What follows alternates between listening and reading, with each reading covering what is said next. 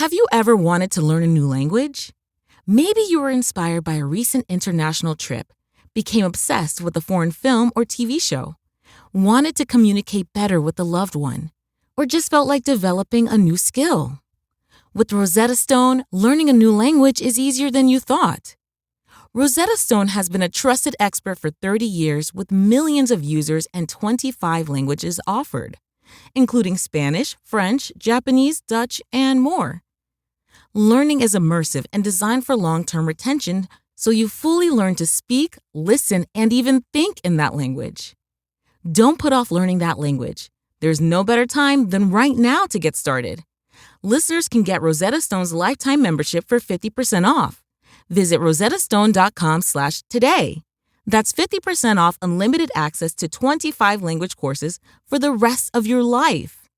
Redeem your 50% off at rosettastone.com/today.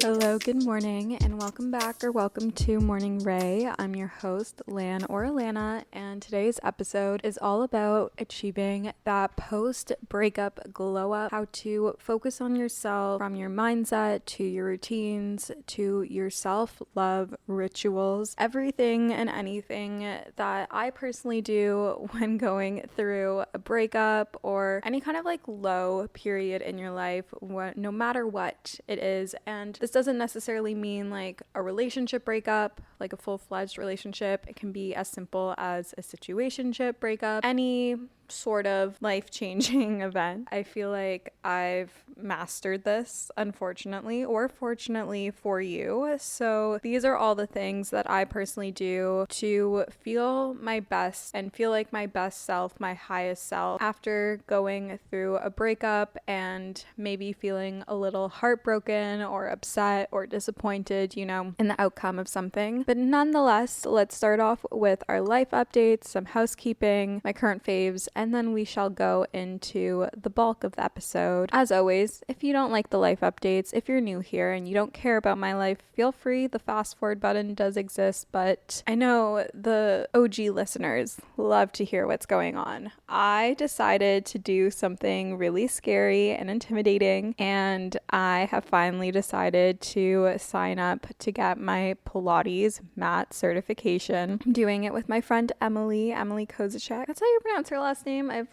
never actually properly said it out loud, but I'm doing it with Emily and I'm so excited. I'm going to be doing that in October. I was debating whether or not I kind of wanted to keep that to myself or share, but here we are sharing it. I'm super, super excited. Past few months, I have felt really drawn to get my certification. Hopefully one day I can also do my reformer, but I feel like this is the next step that I need to do, and I'd love to teach at a studio, whether it's Jaybird or any other Pilates studio. I feel like, it was meant to be, because I'm at the point where I've had a few of you think that I teach at Jaybird, or I've had people think that I teach at Jaybird because I post that I'm there so often. I've also been running more. I've gotten back into running. I've been doing a lot of run clubs from running and leading my own Aloe run club, which was so exciting, you guys. It was such a fun and thrilling experience. I was definitely so nervous before. I just had such imposter syndrome, and it was something I had never done myself before. I've always just attended run clubs when I do, so it was a little bit intimidating, but we did the damn thing, and I attended Emily's run club this morning and went for a run with a friend. I don't know if you guys know, but I was always so scared to run with other people. I would only run by myself, but now we've embraced that fear, and now it's just chill and easy, and it's not a big deal. And that's another reminder to do the things that scare you and intimidate you, because they'll just become a normal part as to who you are, and that is how you grow as a person, by doing the uncomfortable. We cannot grow in comfort. I also got to meet my baby nephew. His name is Matthew. He's the most adorable little baby, so different to my first nephew. He is so calm and chill, looks more like my brother-in-law, the sweetest little angel, and it's so cute seeing my older nephew be a big brother, and he always goes, "Hi, baby," which is so cute, just so precious. And I definitely have baby fever, which I never really thought that I would. I don't know, I've known that like I've always wanted to have kids, but I just like never had like an intense desire. I never really loved babysitting. I wasn't one of the girls that like wanted to take care of the babies and never had interest when I saw cute kids. That just was not my shtick. But now, ever since having a nephew and now having another one, definitely have an appreciation and adoration. I don't know what the word would be. And I adore children more. I mean, obviously very circumstantial and do not want one anytime soon. I have a lot more things to do before then, but definitely have baby fever. So there's that realization. I know I said last week that I was going to be announcing officially the Hot Girl Sweat event, but we have been finalizing things and I'll do that this week, so look out for that. I'm pretty sure I'm doing it on Monday, so when you're listening to this, it should be announced. If not, some point this week. It will be the 27th of September at 9 p.m. on a Friday with a live DJ, alcohol-free beverages, and lots of fun goodies and good vibes. Back to school used to be my favorite time of year. I loved getting my new school supplies, my timetable, stocking up on my fave gum, Excel, and getting my playlist to set the vibes. Excel, Canada's #1 gum brand, has launched a back-to-school album on Spotify, including ASMR and Beats Fusion to help students confidently head back to school. Head into the school year confidently by streaming the Back to School album on Spotify. $1 from each stream will be donated to Pathways to Education, a national charity helping students in low-income communities overcome barriers to education. Thank you, Excel Gum, for sponsoring today's episode of Morning Ray. On to my current faves. I don't know if this is borderline psychotic of me, but I've been listening to Tate's new song, It's Okay, I'm Okay, on repeat. On Friday, I literally listened to it on repeat on the way to my sister's house and then on repeat on the way back. And then when I was walking, I was just listening to it on repeat. And listening to it on repeat while walking is just a whole other feeling. You feel like such a badass bitch. So if you haven't listened to it, I highly recommend. Also love the music video. But anyways, we love Tate's new song. I've also been into slick back hair. I've been wearing my hair up more, and not just for running or workouts or going to Othership or ARC or like the sauna, but out. I like never used to wear my hair up at all, but I think in Italy I started to like it a bit more and feel more confident in doing so, and like how I look with my hair up. I feel I always preferred my hair down and thought I looked better with it down, but now I really do love my hair pulled back. It almost like snatches your face and I don't just feel like an egg, but I am really loving slick back hair. And then with that, I've been loving my Day 3-in-1 styling cream to help with the slick back situation. My third current fave is body oil, the First Aid Beauty post shower body oil. It is so good. I didn't use this product for so long.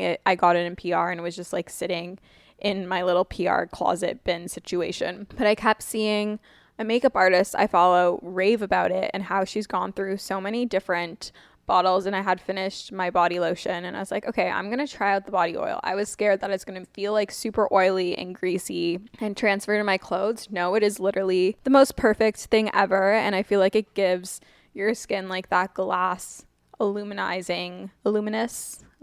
look to it, and it's so pretty and it feels so good. So I highly recommend. My fourth favorite is berries. I have been doing berries once a week, and I honestly really love just like the contrast of the occasional HIIT workout. You guys know like Pilates is definitely my main form of movement, but it's been really fun reintegrating running and HIIT strength workouts back into my routine. I love just doing a full body class, so either on a Friday or Sunday. I don't think any of the other days are full body, but just doing a full body class to make sure that I'm hitting all the different muscle groups and we feel really nice and balanced, but really been loving that. And then my fifth and final current fave is doing things that make me feel sexier. So doing more sultry makeup or listening to Tate's new song, wearing pretty underwear, wearing clothes that I feel like sexy and confident in. And that doesn't necessarily mean showing skin. Honestly, dressing classier and more modestly has made me feel more sexy. Continuously learning how to dress for my body type and also like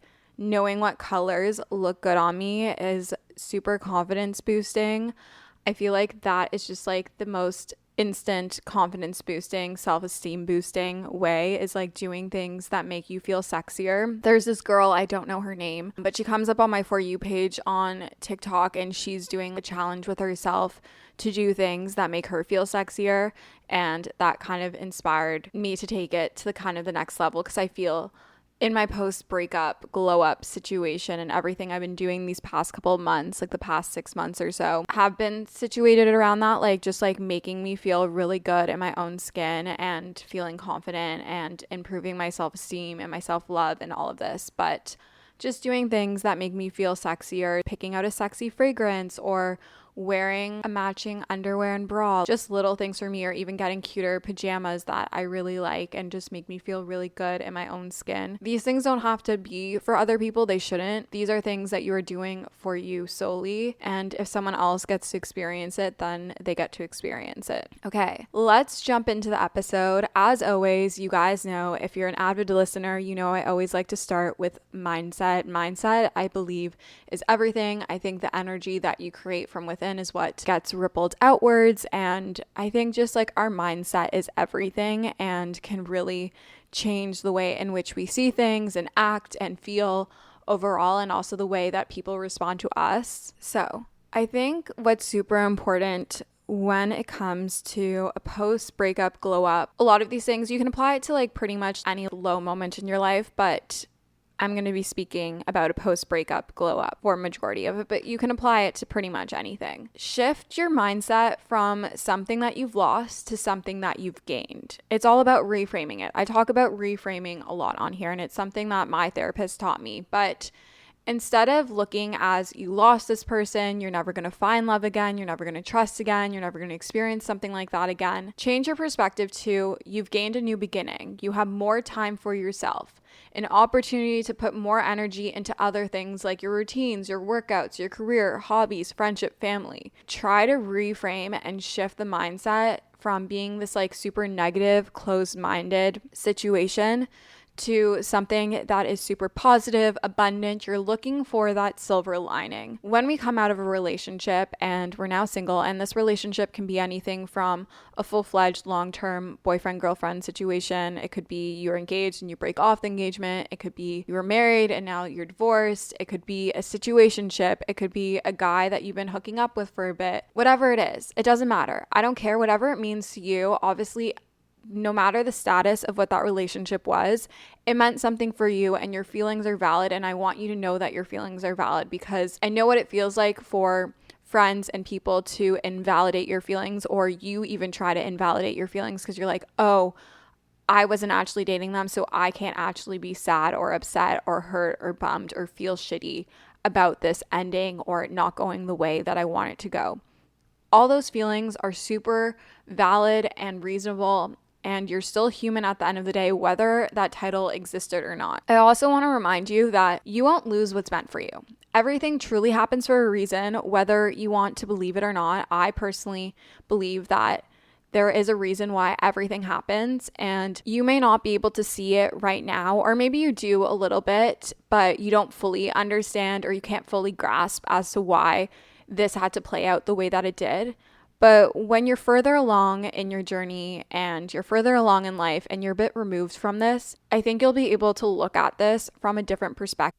I feel like my list of things to buy, to do, activities that involve spending money is never ending around the holidays, making the idea of investing and saving and thinking about your future to be a little bit more challenging, a little bit more overwhelming.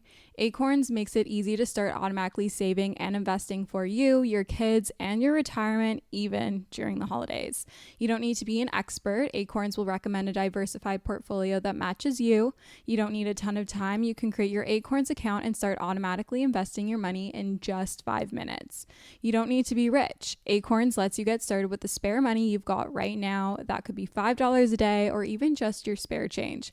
That's right, Acorns can round every purchase you make up to the dollar and automatically invest your spare change for you. And you can get bonus investments just for buying the stuff you need from the brands you love. I personally love Acorns. It's simplified the investment process, which can be overwhelming and intimidating, but it just makes it so simple, so easy, and something more accessible no matter how much money you have to invest. Head to acorns.com/Alana or download the Acorns app to start saving and investing for your future today. Paid non-client endorsement compensation provides incentive to positively promote Acorns. Investing involves risk. Acorns Advisors LLC, an SEC registered investment advisor. View important disclosures at acorns.com/Alana.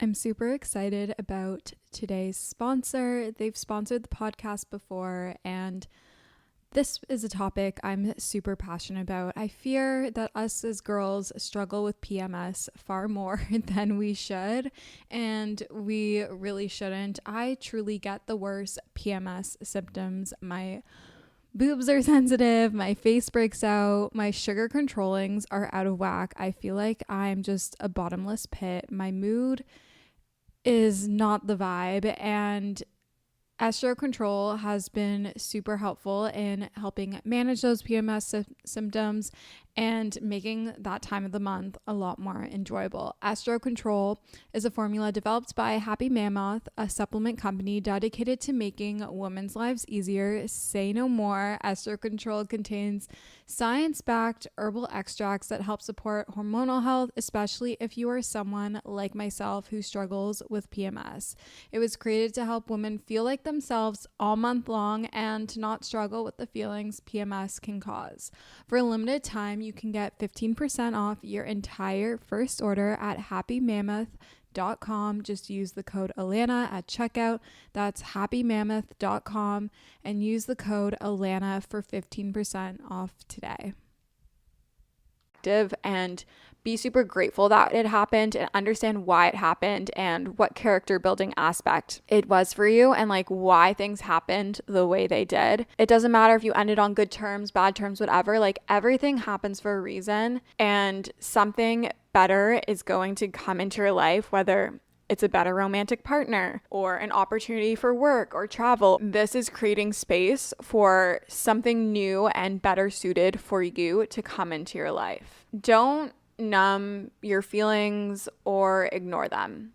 Let yourself feel everything, acknowledge it, and then let it go. Picture your thoughts, your feelings, all those intrusive thoughts exiting your brain, being on a cloud and floating away. Or it can be a leaf in a pond, whatever like visualization you want to do. Acknowledge your feelings and then let it go.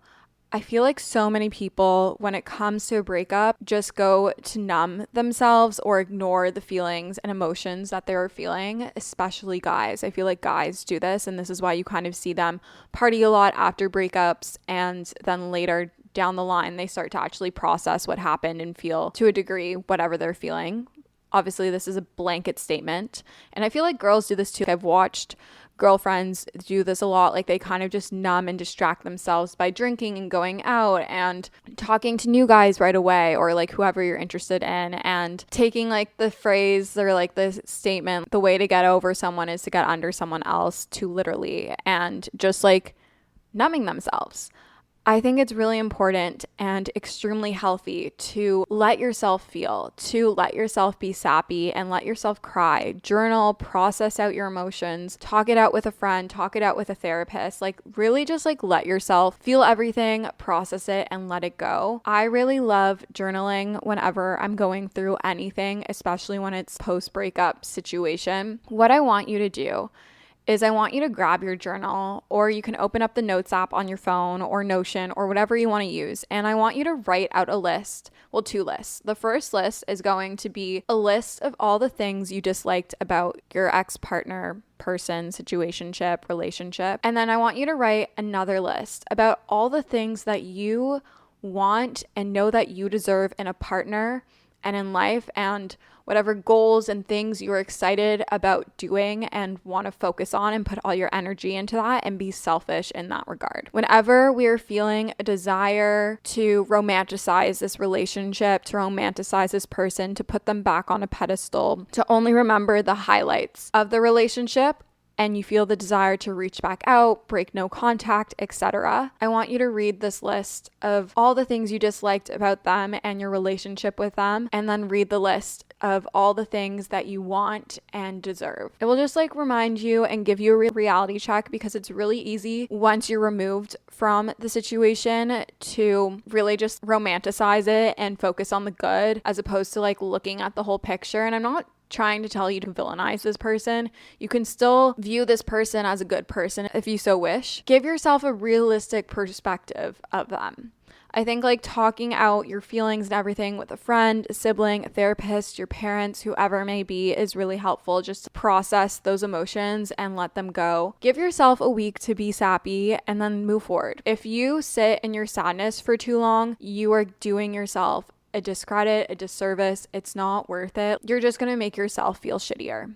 And I preach this a million times, and ever since I've discovered to do this and taught myself to do this 4 years ago, it is truly the ultimate method to really move forward, but no contact. I don't care if they were your best friend. I don't care if you ended on good terms.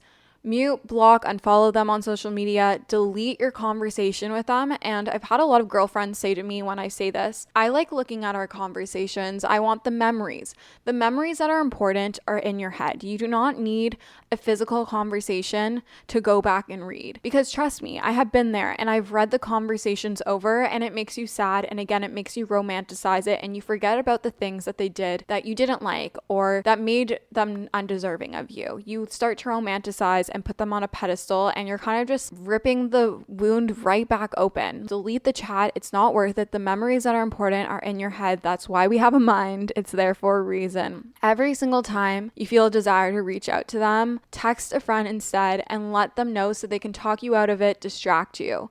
Again, also you can reread the list that I said before to remind yourself of the reality of what the relationship was and how you felt at the end, and to not romanticize or fixate on the good. If you really feel a desire to text them, open up your notes app instead and write the text in there instead. Every single time you can keep a running notes app note on there. Or you can pick up pen and paper and do this in your journal instead. I think also with your mindset, and I will always say this, but I think reframe your mindset to be optimistic and open-minded and to find the silver lining. I'm saying this again. I know I'm a bit repetitive, but I really want to hone this in and nail this into your head. Find the silver lining. There is a silver lining in everything if you choose to find it. You can choose to also be negative and to be a Debbie Downer and to have a super gray outlook on life and your circumstances and everything. Or you can choose to find that silver lining and to clutch onto that to help you pull yourself into a more optimistic, positive way of thinking and seeing life. When we do this, we're going to feel better overall, and that positive, optimistic mindset is going to ripple into the rest of our life. Say yes to new plans with new people. Give yourself time before getting back on the dating scene. Just focus on you and your friendships and your family and the things that you love onto routines. Create a new sense of stability in your life, especially if your partner was that person giving you the stability. A partner doesn't have to give this to you. You can give it to yourself through your habits, your routines, and your perspective. I think for me, when I'm going through a post-breakup situation, creating a morning routine that really helps me feel better, be more at ease, calm my mind, make me feel grounded, and get me out of bed, because I know how hard it can be to get out of bed when we're feeling low, when we're feeling sappy, when we're feeling blue. Create a morning routine that you really look forward to, that makes you feel really good, it makes you feel really energized, and it doesn't have to be a million one steps. You can go and listen to my fall reset episode. I speak about my current morning routine, and I think that's honestly a really good one to have, but make it simple, make it easy for yourself, make it something that you look forward to and you almost crave. And then I also think setting aside time each week to do a self-love activity is so important, and I think this is something that really helped me and was a little mood booster for myself. So go buy fresh flowers, like making a little date out of it, taking yourself on a little date, whether it's to a coffee shop and you're bringing a book, or you're sitting at a cafe and doing work, or maybe you're going to pick up your favorite food and then sit in the park afterwards, or maybe you're taking yourself out by yourself and sitting at the bar at a nice restaurant and having a meal. Whatever it is, Do the things that make you feel really good, like going for a walk, cleaning your space, buying the fresh flowers, whatever it is. Do little things to show yourself love. And then with that, like also do things that are good for your mind, body, and soul. It's really easy to lean into drinking and going out and getting under someone else as a way to numb yourself. But the only way you are going to actually properly heal and move forward is to do the things that are good for you and are helping you heal. I leaned into lower impact movement like walks and Pilates after my breakup, and it's what felt really good for me. I didn't have the energy to go and weightlift. I was not feeling drawn to that.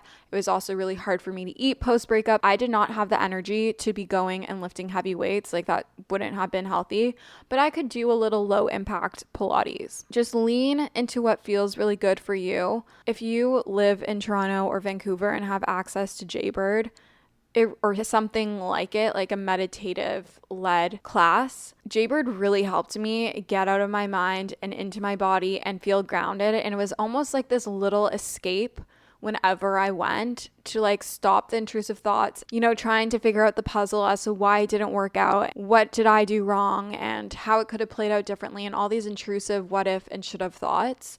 Jaybird really got me out of that, and running does that for me as well. Like I just mentioned, I personally lost a lot of appetite around my breakup, and I have in the past before. I feel like when I was younger, it was kind of the opposite. I was more of like an emotional eater. I could soothe myself through eating more. Now it's kind of opposite, where I have no desire to eat and I have to force myself to eat.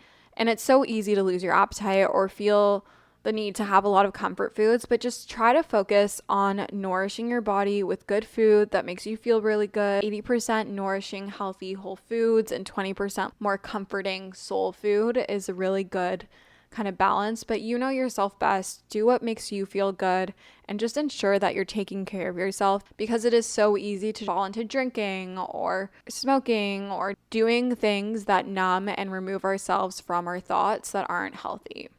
And then lastly, self-love development is what I'm calling this section. Do the things for yourself that either they did or didn't do. Practice positive affirmations. Buy yourself flowers. Put on Miley Cyrus's song, I can buy myself flowers. I'm never singing on here again. Take care of your space. Like nothing was more therapeutic for me. Maybe it's my OCD type A personality. Nothing was more therapeutic for me than doing a weekly deep clean and reset of my space. That means doing a deep clean of the kitchen and the bathroom, removing everything from the surface, wiping it down, disinfecting it, throwing out any food that's expired or going bad, changing my bed sheets, making sure all my laundry is washed and put away nicely, making sure all the clutter and the buildup of random miscellaneous things on my island or like the places where clutter builds in your house is all put away. I really do think like clear space, clear mind. You guys have heard me say this a million times. Really take a moment. I love doing it on a Sunday. Clear your space and take care of it, and just take care of your environment and yourself. I also love home cooked meals, baking, take yourself on a little date. I think also then surrounding yourself with friends and family that make you feel good is so important. You now have more time to spend with them and prioritize them. Give the love that you are feeling to give to someone, to them, and like also give it to yourself through the little self-care things, self-love things that I said just before. I know I've spoken a lot about like not leaning into drinking and numbing yourself that way, but you are still allowed to go out and have fun. I just don't think it should be the primary focus.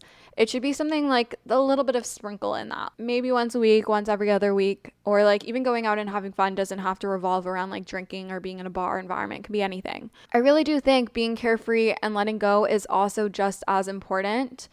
I personally would recommend not to drink for the first 2 or 3, maybe 4 weeks after a breakup, because alcohol is a depressant. You don't want to feel more low than you're ready feeling, but I think going out with my girlfriends, being carefree, having fun, but being silly, taking time to get dressed up and put on an outfit that I feel really sexy and hot and confident in was really healing and good for me, and continues to be. I think, as I always say, everything in moderation, but I think just like going out with the intention of having fun, not necessarily meeting guys, but just like meeting people and having interactions with other humans and dancing and hearing music, getting out of your head a little bit can be super healthy and good for us. Also, like, girl time is fun time. And take care of yourself.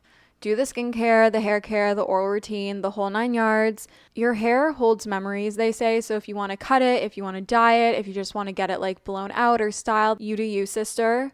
Do the things that truly make you feel good and feel beautiful. Focus on your workout routine. Find something you can be consistent with, because working out gives us endorphins. Endorphins make us happy. And like I said, for me, it became Pilates and running or doing a HIIT class occasionally. Running and boxing were really good for anger releases, especially when I got to punch a Bob, or my trainer is a guy. So, took out my frustrations on him, but that really just like helped me a lot. But Pilates really helped calm and ground me and work on my mind muscle connection. And as I said, Jaybird became a very therapeutic, meditative place for me, which is literally the basis of Jaybird and why I would love to be an instructor there.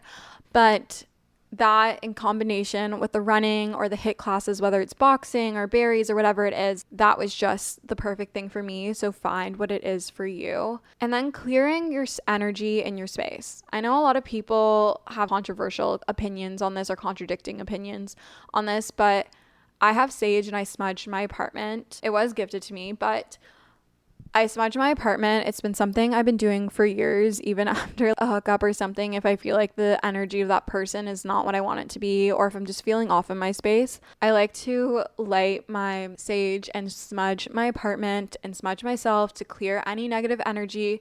I always set the intention of good vibes and self-love when smudging. I always open a door before I do so, and I go around my apartment, and then I go around myself in a clockwise motion.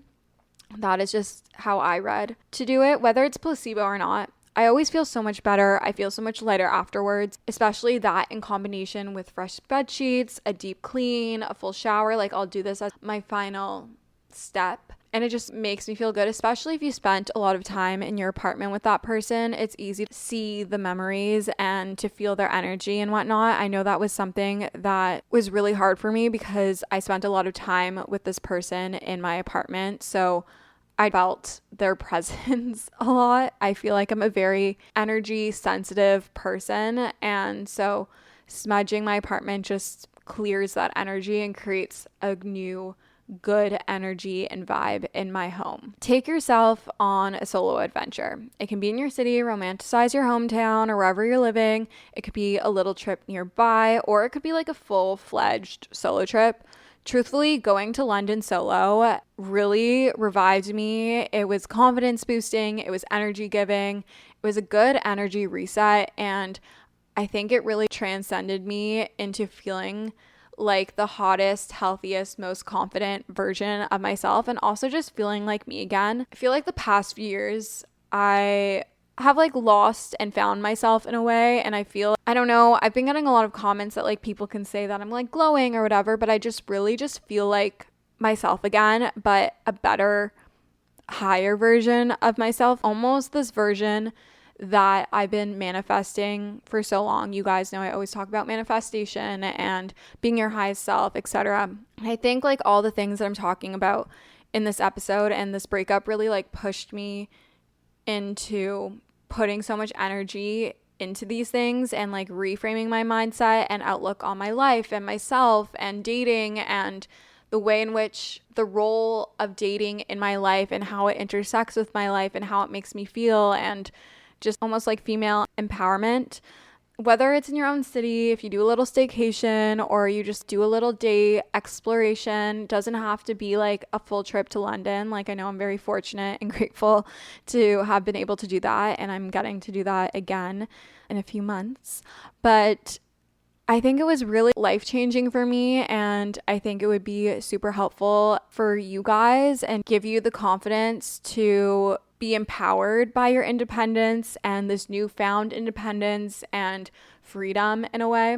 Leaning into books and podcasts was also super helpful. I was reading The Mountain Is You like leading up to the breakup and afterwards, and that really helped me. And then also after I broke up, I was reading When You're Ready, This Is How You Heal. Both are by Brianna Weiss. You both have heard me talk about them a million times. They're available on Spotify audiobooks, I'm pretty sure for free if you have the premium membership, or you can buy it. I love physical books for all my books, but highly, highly, highly recommend anything by Brianna Weiss, but specifically The Mountain Is You and When You're Ready, This Is How You Heal. It really helped me work on my perspective of myself and the relationship and him and just like everything I was working through and going through and kind of processing. And then podcasts, I really love Date Yourself Instead. Anything by Mel Robbins, I also really love. Those just really, really help me. But nonetheless, these are all my post-breakup glow up tips, tricks, mindsets, life hacks, whatever you want to call it. I think they work. You just got to be consistent in it. And I know right now, if you're listening to this, you're probably clicked on this episode because you're going through a similar situation, but just know you will come out of this on the other side so much stronger, filled with so much more self-love, confidence, a higher self-esteem, and an understanding that everything happens for a reason. You'll be grateful that this happened to you, and just know you will meet your person when you meet them. Give it time. It will happen when you least expect it. I hate that, but I know it's true. And if you ever want to chat through anything or feel like you don't have someone to go to, my DMs are always open. You can always DM me. You can always send in a question in the advice column form. It's always linked in the show notes. You can go over to our Monday Q&As on my Instagram at Alana Bloomberg. But I hope that this episode was helpful. I hope that this made you feel a little bit better, whether you're going through a post-breakup glow up situation or post-breakup situation or not. I hope that it was helpful, and these can also be applicable if you're not. I think they're all super healthy things, habits, mindsets, routines, etc. to be incorporating into your life, even if you are in a relationship. But I hope you guys enjoyed this episode. As always, I love seeing your reviews and ratings on Apple Podcasts and Spotify. You can leave comments on Spotify and I can reply to them now, which is super, super fun. I love when I see you guys posting that you're listening to the podcast on Instagram and TikTok, and I love resharing that. So keep doing that. I love you guys so much, and we'll chat soon. Bye, guys.